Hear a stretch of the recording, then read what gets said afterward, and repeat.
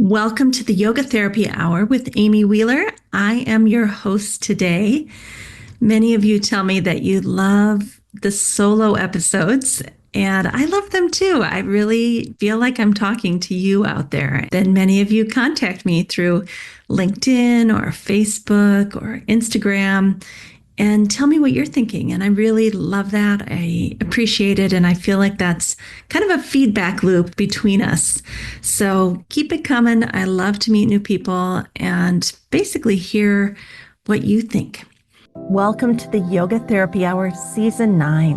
When I had this idea about a year ago that we could take an entire year for all of you to come on the podcast and tell your stories, I had no idea how overwhelming the response would be and how amazing it would be to get to know so many of you, our faithful listeners. I've gotten to know friends and see faces and connect with hearts. So many people that I didn't even know were out there. People just like you and I. I'm so grateful. And the response has been so large that I can't take any more stories for the rest of the year. There's many weeks where I have 2 podcasts every Thursday scheduled for recording to try to respond to this wonderful thing of having so many people willing to share. So we're no longer needing anyone to sign up for telling your story. If you really feel strongly, I could put you on a waiting list in case someone cancels. And I want to thank all the people who came forward to make this year on the Yoga Therapy Hour so successful. I'm so grateful to you.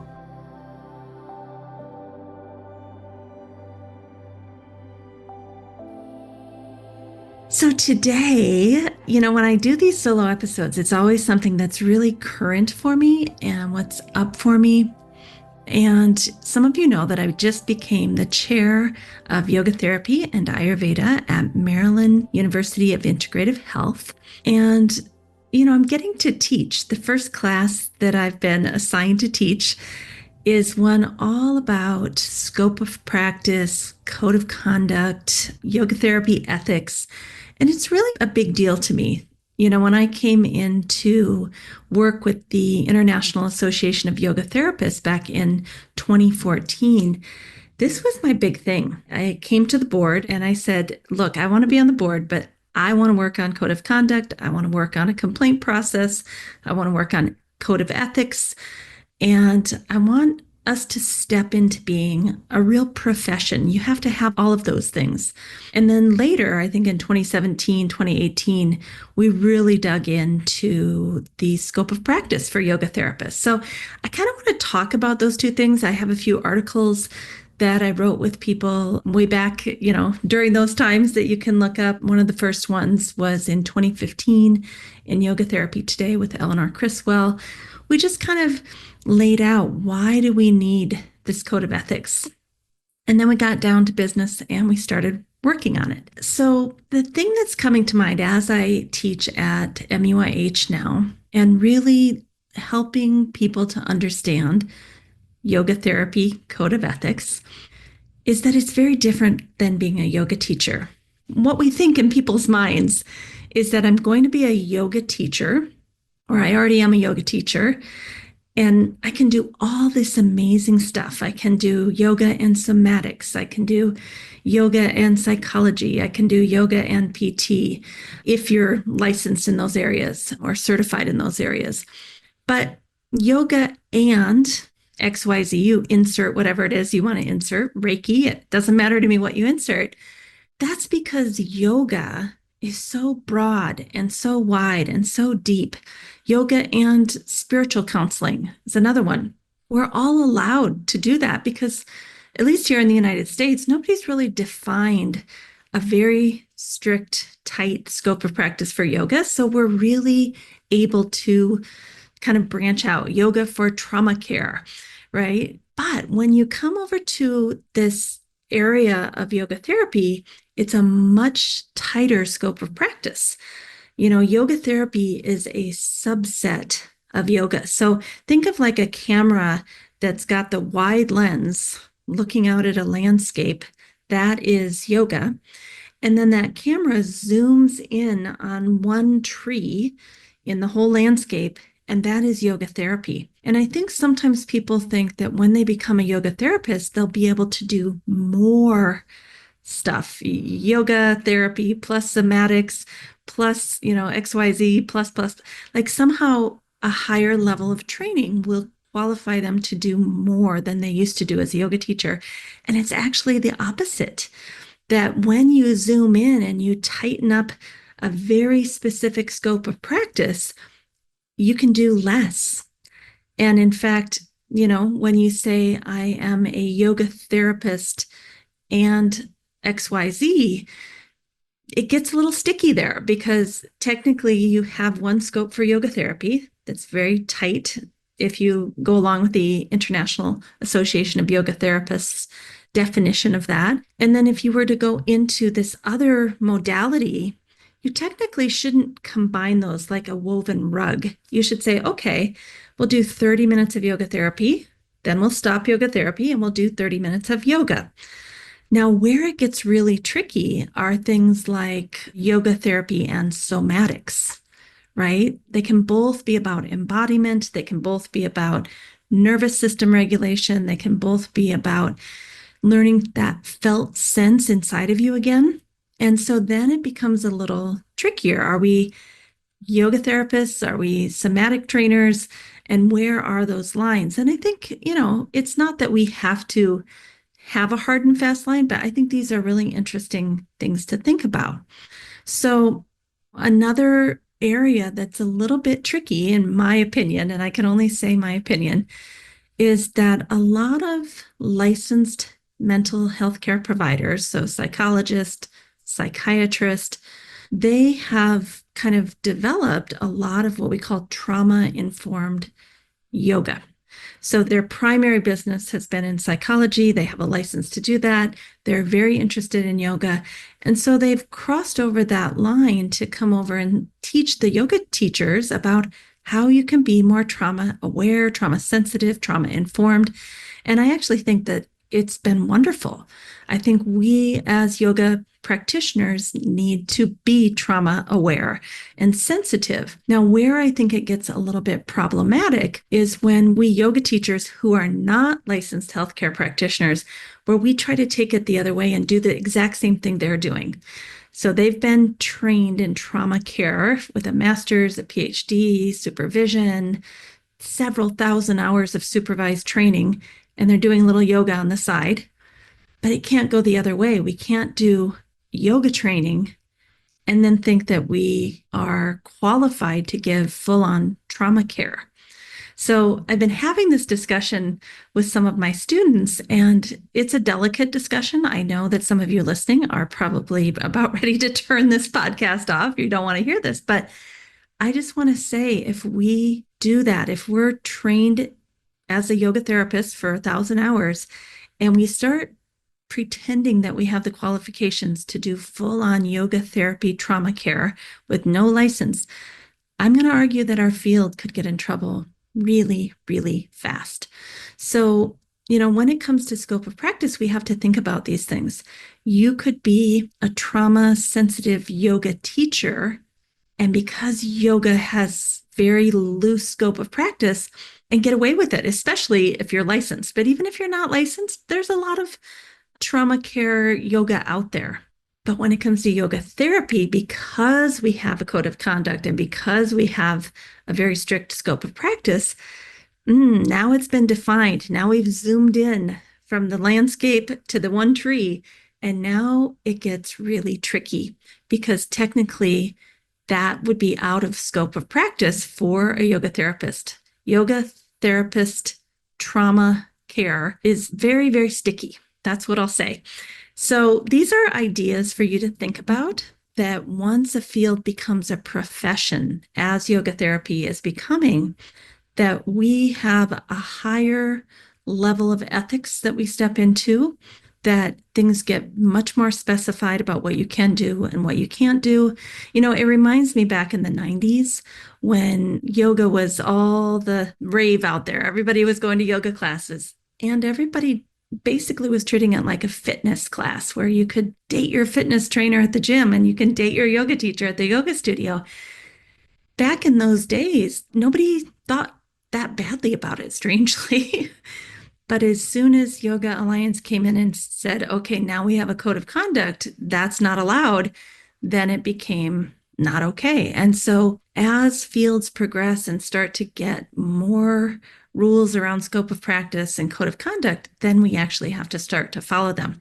So when I look at trauma sensitive yoga, number one, I would actually want a licensed healthcare practitioner to be teaching that. And again, I know I'm making people really upset right now. I'm just saying my opinion in trying to keep our profession safe so that we don't step over a line that we shouldn't be going over. A lot of times when we as yoga people start to talk about trauma sensitivity, trauma care, we boil it down to the nervous system, meaning, is the person dissociating? Are they in hypervigilance? Are they in fight where they want to try to fight off anything that they feel is attacking them? Are they in flight? Do they want to eject and get out of here? Or are they in freeze? Can they not move or speak? And so when we boil the nervous system down to these kind of labels, and then we say, oh, we can treat that with yoga, I think that becomes really problematic. And many of you know I am all about nervous system regulation. I work for organizations that their entire focus is nervous system regulation. It's not that I don't love that work and believe in it, but honestly, I don't call that yoga therapy. I call that nervous system regulation through the organization of XYZ. And I don't pretend that it's the same thing. And even if I were to do yoga for that organization, I would be very clear that there's yoga, there's nervous system regulation according to this organization, and that we can use some of the tools from yoga and yoga therapy, but that what we're actually doing is nervous system regulation with a little yoga on the side or borrowing some of the tools. I would never call it yoga therapy for nervous system regulation through this organization that I work for. I would try to separate those two things out. So, number one, let's try not to oversimplify trauma and say that yoga is the solution for that, especially if we're not working with a team of caretakers, some of which have a license to treat trauma care, especially in the mental health area. So we want to make sure we don't get too formulaic where we're like, oh, this person's in freeze, we need to do XYZ with the yoga class. And then remembering that trauma is so multifaceted. It can be acute, it can be chronic, we can have complex trauma, it could be developmental trauma from childhood, it could be racialized trauma, it could be ancestral trauma, intergenerational trauma. And so, to think that we as yoga therapists, especially, I'll leave yoga people out of this because that's not my podcast. I'm about yoga therapy for the most part. I think we really have to be careful not to say, oh, my yoga therapy tools can handle all those kinds of trauma. Now, I will say that if the person is also working with a licensed healthcare practitioner and they are working with that, and you are doing some more embodied work with them to help them regulate their nervous system, that's beautiful, right? Then we've got a licensed healthcare person and a yoga therapist working together to try to help people feel better more of the time. We are going to take just a moment for a little break, and then we'll be right back to the show. We want to take some time to tell you about our Monday night Sangha or community. We've been together for 3 or 4 years now. I can't remember how many years. And every Monday night we come together and we talk. We talk about what matters. We talk about Yoga Sutra. We talk about what it means to be human. And then we do a few gentle postures, followed by some breath work, some yoga nidra meditation. And then we bring it all together at the end for anyone who wants to stay to talk about why we chose the postures, the meditation, the breathing techniques that we did for whatever condition we're talking about that month.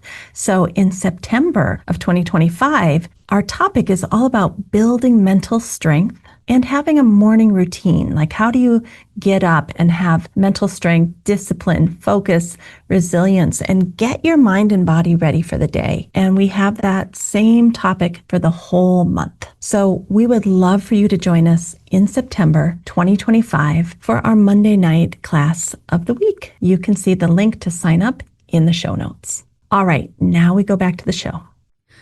All right, so another kind of slippery slope for me when it comes to this idea of scope of practice and code of conduct and emerging professions, trying to get really clear about what they do to help people and what they do not do to help people.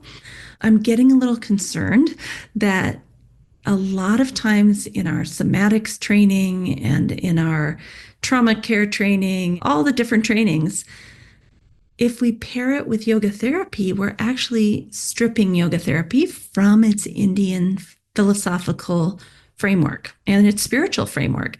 So it's like, again, we see that the nervous system is dysregulated, but we don't tie that back into yoga and the mind.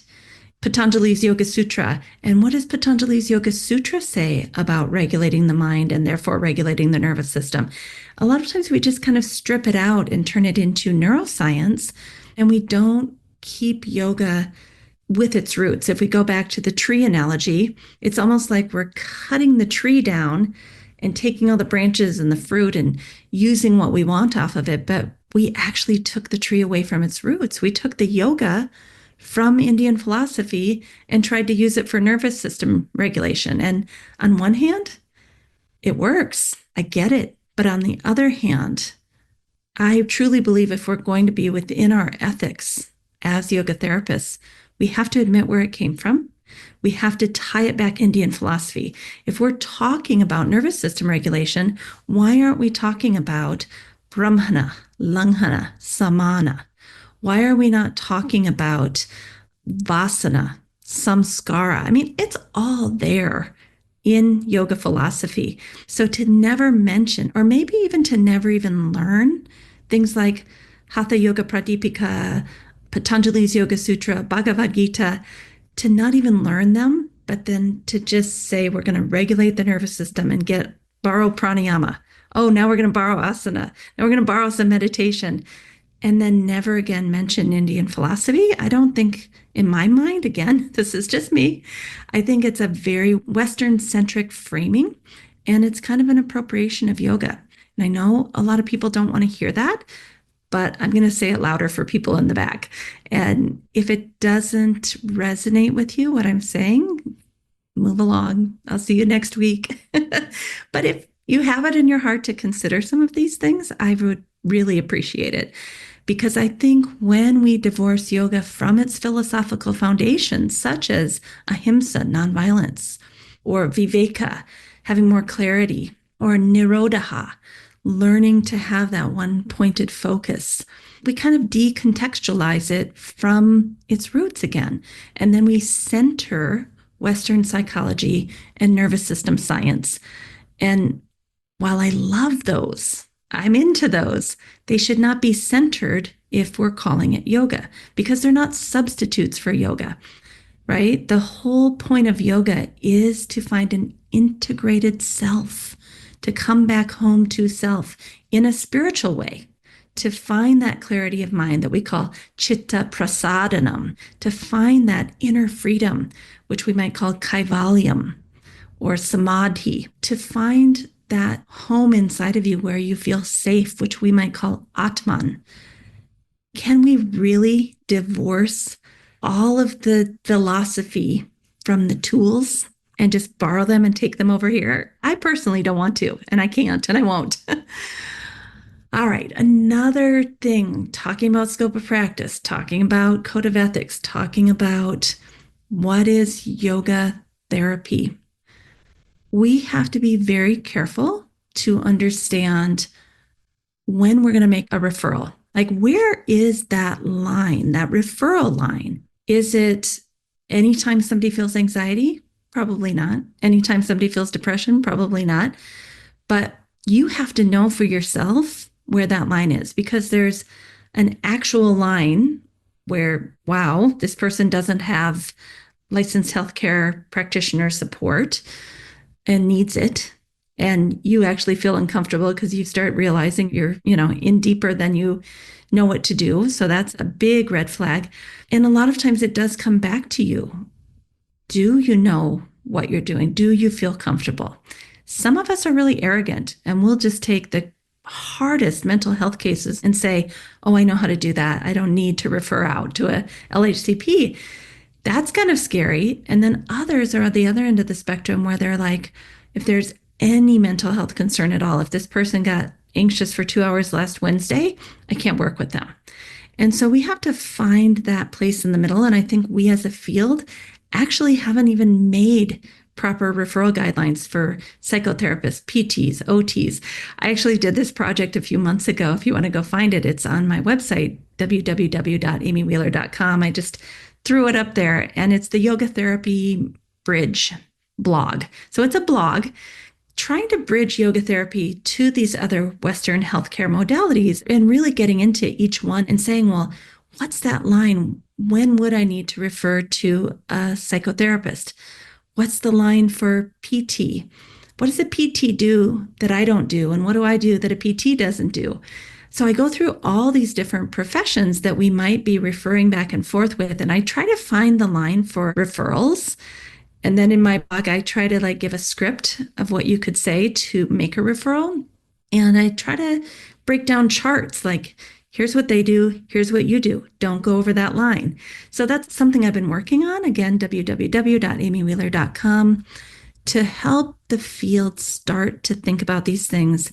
And I think eventually we'll have committees that will really be flushing out referral guidelines.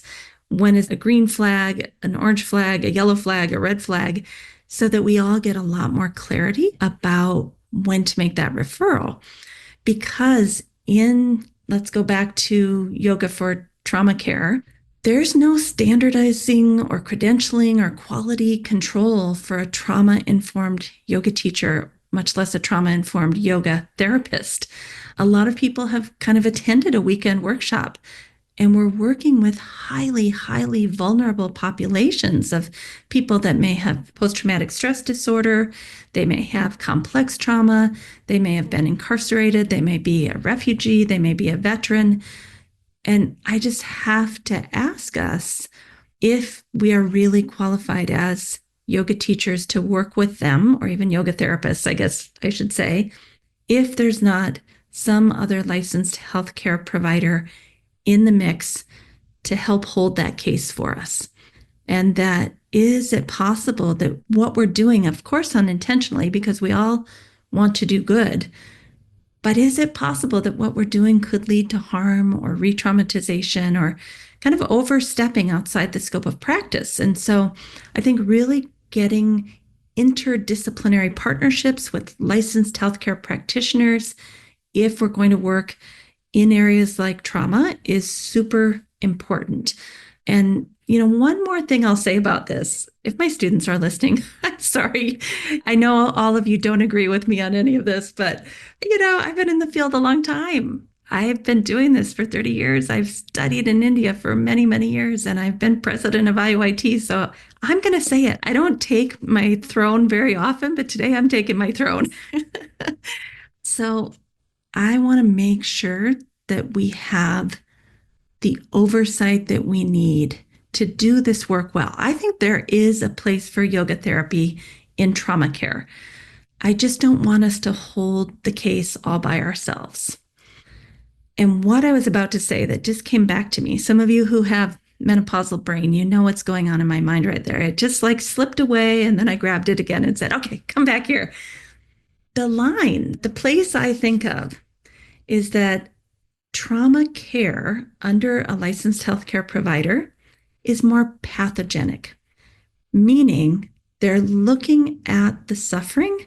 They're trying to get maybe to lessen the symptoms. They're working a lot of times with medication, which is fantastic. A lot of people need medication. And it's focused more on the problem. Yes, we need that. versus yoga therapy care is more salutogenic. Pathogenic is focused on the trauma or the anxiety or the depression. Salutogenesis is looking at whole person health and wellness. Both are needed. You know, we have this joke now at MUIH that basically says, oh, that person needs the breath of joy, because a lot of people need more joy in their life. And it seems like every client is getting the breath of joy. But that's what we mean by salutogenic model is we're focused on joy. We're not focused on trauma. So you can see how this pathogenic and salutogenic models, they go beautifully together. And actually, I've found that when someone is getting appropriate care from their licensed healthcare provider, and then I complementarily, if that's a word, bring in the salutogenic model, it enhances the pathogenic work because it gives them energy, it gives them vitality, it gives them hope, it gives them this feeling of expansion, and I can do it and I got this. It's an embodied sense that we can help with in yoga that gives a lot of positivity so that they can do the more challenging pathogenic work in the areas of anxiety, depression, complex trauma that maybe their psychologist is helping them with. And now I'm going to say something that's going to upset the psychologist. Again, it's just my opinion. I'm also a little concerned about the psychologist stepping into the yoga therapy scope of practice when they've not been trained. So, to be a licensed healthcare provider, which is a whole lot of school, all my respect to them, but then take a 200-hour yoga training and think that you can provide proper yoga therapy, that is also not cool. And in fact, there are many places now that social workers have been told they're not allowed to do embodied work as a social worker because they haven't been trained in the physical body. And I think that's good. I think that's appropriate. I think if someone wants to be a yoga therapist, they should come and get trained as a yoga therapist.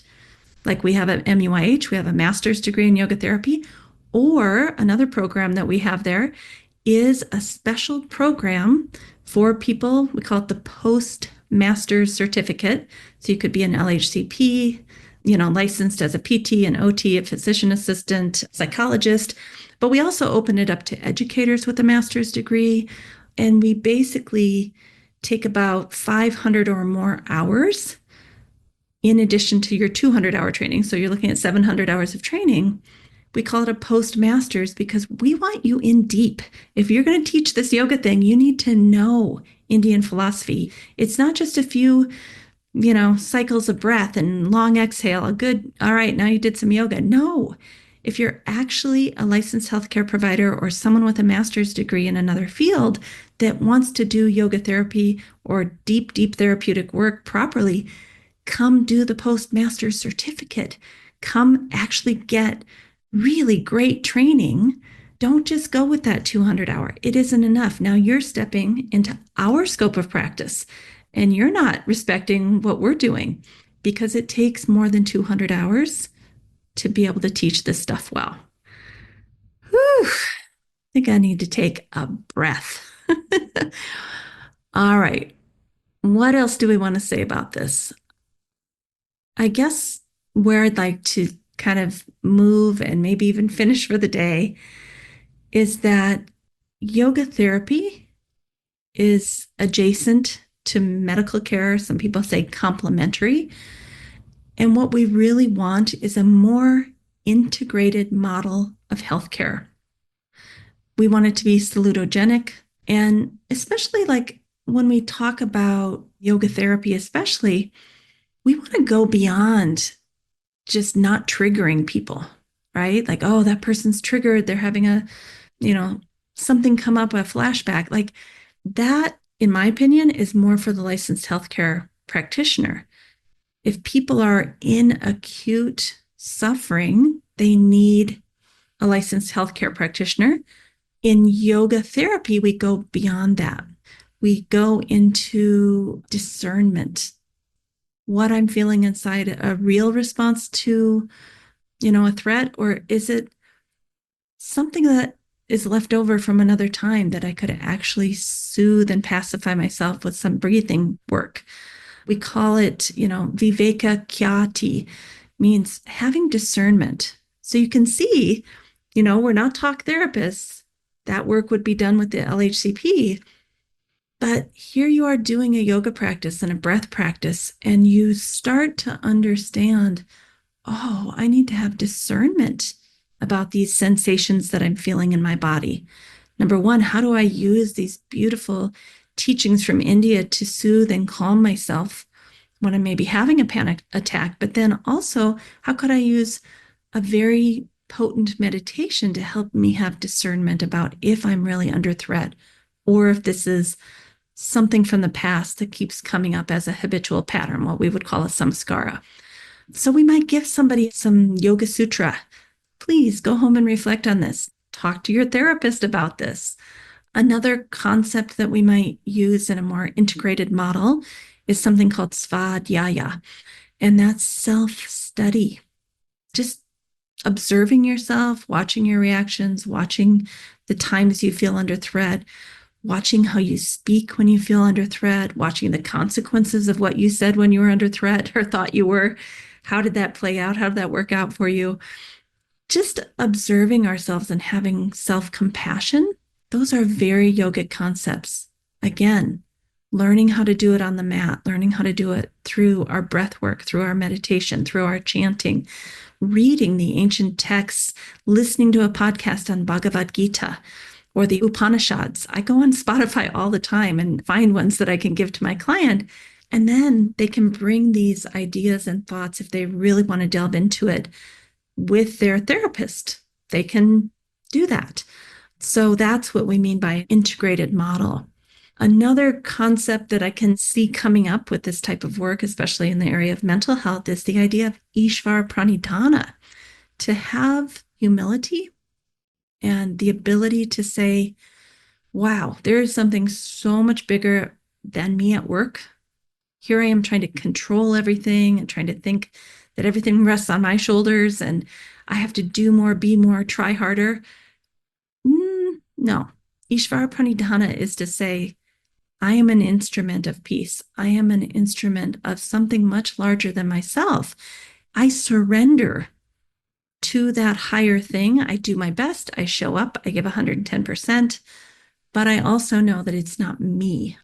I always call it the I, me, mine complex. If I think it's mine, I have ownership, I feel possessive, I'm going to tell everybody what to do, I'm very controlling, I'm going to fix everything, I'm going to tell everybody what they're doing wrong, I'm going to be very judgmental.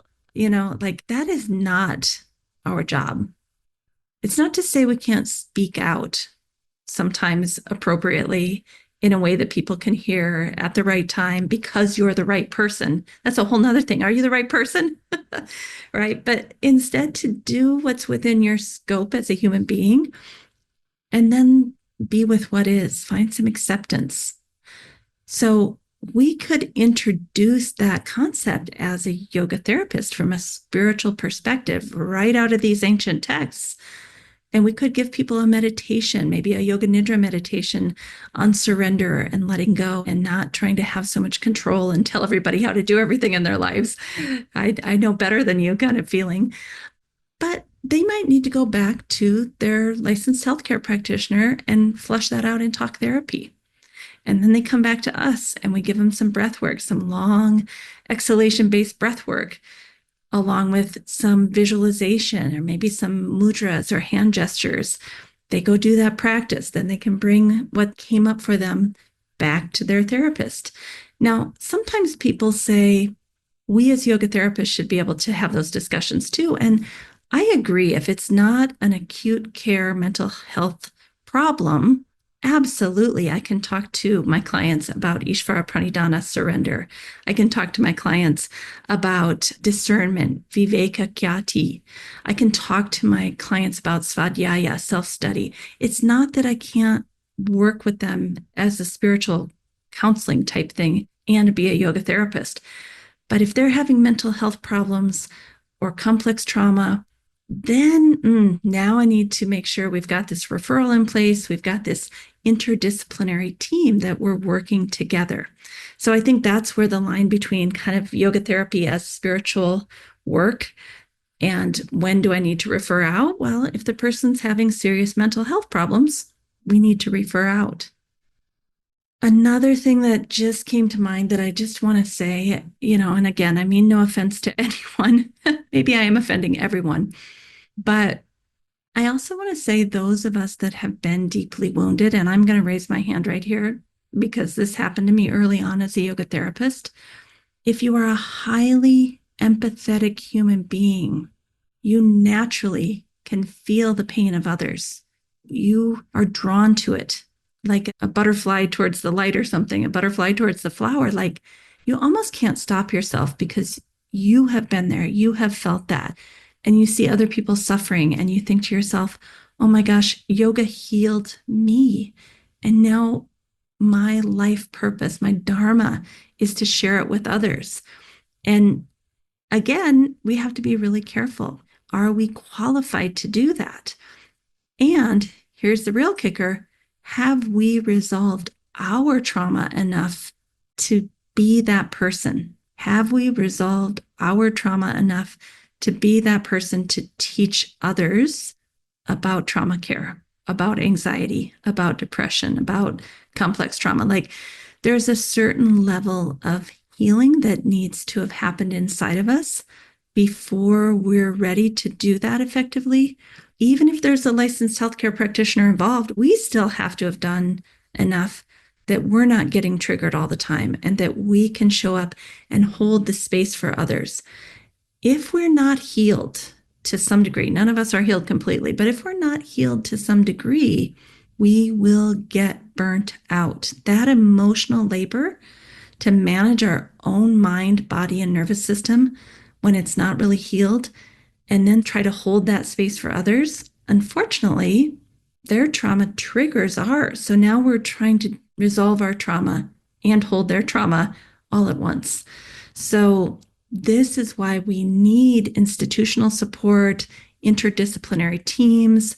We have to be able to have walked the road before and kind of have worked through a lot of our own stuff. Again, more will always come up. None of us will be perfect, but enough that we're not constantly getting triggered by our clients and doing all this emotional labor and getting burnt out. So that's a whole nother thing. And honestly, when I was in that position, I didn't know that's what I was doing. I really didn't. I just thought I was being helpful. And really, I was being codependent. And, it's taken a lot of harsh situations to realize, oh, okay. So for those people listening that you may be wondering, I wonder if that's me. I think we all need a yoga therapist, and we probably need a talk therapist, a psychologist also. If we're going to be yoga therapists, there's so much work to be done from the inside out. And so having our support team to help us as we navigate these choppy waters with our clients, I think we all need that. Every other profession, every other healing profession asks you to have a mentor, asks you to be getting that work done. When you go through psychology training program, you yourself have to get therapy, right? And I think the same is true for yoga therapists, which is hard because not all of us have a lot of money to be having our own yoga therapist, or even to have a psychotherapist or a talk therapist or a social worker help us work through all of our stuff. But I really believe, after many years in this field, that it is our job to get our support system around us so that we do have that ability to have worked through some of our stuff, but also that well of resilience so that we don't get burnt out. All right, so let's kind of go over some of the things I've talked about today. If we're using autonomic nervous system regulation, somatics, neuroscience, and borrowing a few yoga tools, just ask yourself, am I giving yoga credit? And do I need to also use yoga philosophy, especially if I'm going to call it yoga or yoga therapy? Are we really tapped into the philosophical roots of the Indian tradition of yoga. Doesn't mean you have to use Sanskrit every time with your clients. Doesn't mean you have to make them chant. Doesn't mean they have to pray to deities. But we do have to connect it back to the philosophical roots. And that's why I love Patanjali's Yoga Sutra, because it can be used by any tradition, any religion, any spirituality. You could be agnostic, you could be atheist. It's okay. There are wonderful messages in Patanjali's Yoga Sutra that tie what we're doing back to the philosophical roots. And then also the embodied ethics, the yamas. How do we care for one another as human beings? The niyamas. How do I take care of myself so that I'm well enough to show up? So embodying those ethics that Patanjali's Yoga Sutra has laid out for us, but there's many, many different yamas and niyamas in all the different Indian philosophical texts. So making sure that we keep coming back to our own yamas and niyamas. And then another thing we talked about today is interdisciplinary collaboration. Is your referral system in place? What are your lines? I told you about that blog that I've been writing on amywheeler.com, where I go through every profession. And for me, because it's not been defined by the field, but for me, where do I see that line of, oh, I need to refer now? Okay, that's what you need to do for yourself. And then just understanding that yoga or yoga therapy doesn't boil down to nervous system regulation. That's one part of it. But there's so much more. All the different kinds of trauma that we talked about, cultural trauma, structural trauma. You know, yoga wasn't created to heal people from their trauma. It's not that we can't be adjacent and complementary to that care. But again, yoga is salutogenic. We're leading people to the light. We're helping them to see the joy, the hope, the sweetness. We're helping to basically help them know that they can come home to self and it's safe and they can be embodied, but not just in their nervous system. It is connected to philosophical tradition from India, and that those ancient spiritual texts cannot be absent in this trauma care, in this anxiety care, in this depression care. So I think that's all I want to say today. Again, it's been really alive for me as I'm teaching this new class at Maryland University of Integrative Health. And I just wanted to share with you what's been going on in my mind this week. And again, I am so open for feedback because, you know, these discussions need to be had in our field, and we haven't figured out the referral guidelines yet. We need to. We haven't done a lot of things that in the next 20 years, we're going to start really tightening up our scope of practice, our code of conduct, our policy on trauma care. We do not yet have a policy in the field of yoga therapy for trauma care and where those lines are. So think of today as an introduction, food for thought. And like I said, I'm totally open to hear your ideas. And I promise you that your ideas will shift my ideas and we'll come to a place together. This is just me kind of throwing out my initial thoughts, and the field itself will start to have these conversations together. Okay, everybody, thank you for listening. It's been my pleasure to be with you today, and I will see you soon on the Yoga Therapy Hour. Thank you for listening to the Yoga Therapy Hour. We appreciate you as our listeners, because without you, there would be no Yoga Therapy Hour. It's your comments, your calls, your emails, your texts of support and well wishes and affirmations that keeps us going. So don't feel hesitant to give us a review if you've been enjoying the podcast. Go wherever it is that you listen, find the review section, and let people know how much you love the Yoga Therapy Hour. It's a small thing that you could do for us that would help spread the word of goodness, benevolence, and help us help all the people out there to suffer less. All right, everybody, have a great week. We'll see you next week. Thank you for listening to the Yoga Therapy Hour. We wish you a wonderful week. We hope that somehow, in a small way, we've contributed to your well-being so that you can go out and share that well-being with others. That's what life is all about, bringing in the goodness through you and then shining it out to the world. We need you more than ever. So let's all get out there, do good, be good, and have a great week.